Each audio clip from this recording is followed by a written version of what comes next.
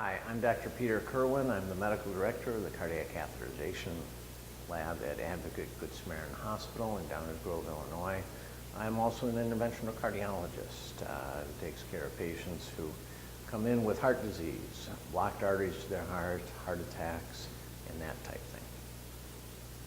We're often asked the question, why should people know their numbers? The numbers we're talking about are usually the cholesterol numbers. We call them lipids. That's your total cholesterol, your LDL cholesterol, which is the bad cholesterol, which often leads to heart disease, and the HDL cholesterol, which is the good cholesterol, which is often protective. Heart disease remains the #1 killer in our country, and I've spent most of my career fixing people with bad hearts. You want to know your numbers so that you don't need me to fix you, is the first reason you want to know the numbers. You want to know your LDL cholesterol is the primary one that we're concerned about because it's the one we can do something about.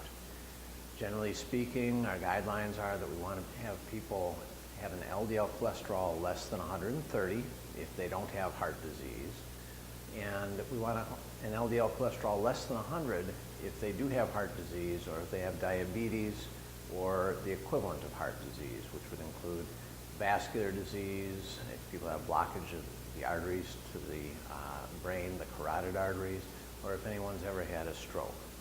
We find that we want to be much more aggressive with people who already have disease.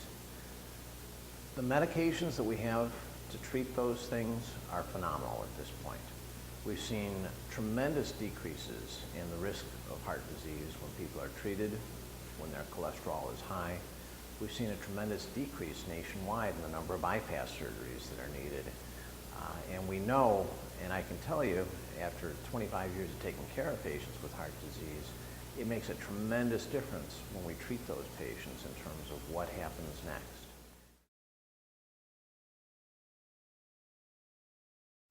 At one time, we used to tell patients who came in, had a heart event, whether it would be a heart attack or an angioplasty or a stent or bypass surgery, we would tell them that they're going to be back. It's just a matter of time, and often that time wasn't very long.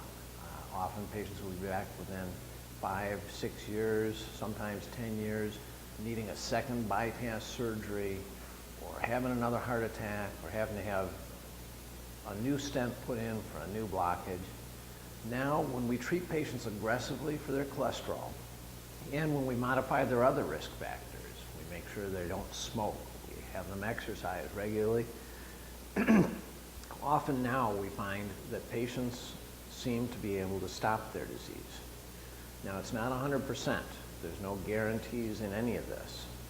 But in a lot of respects, it's kind of like playing a game of poker where you're allowed to stack the deck. When you know your numbers and you treat them, you're stacking the deck in your favor. Doesn't mean you're always going to win, but it means that you're going to win the vast majority of the time. And that's one of your best bets for preventing heart disease, or if you've already had heart disease or vascular disease, it's one of your best bets for preventing more problems.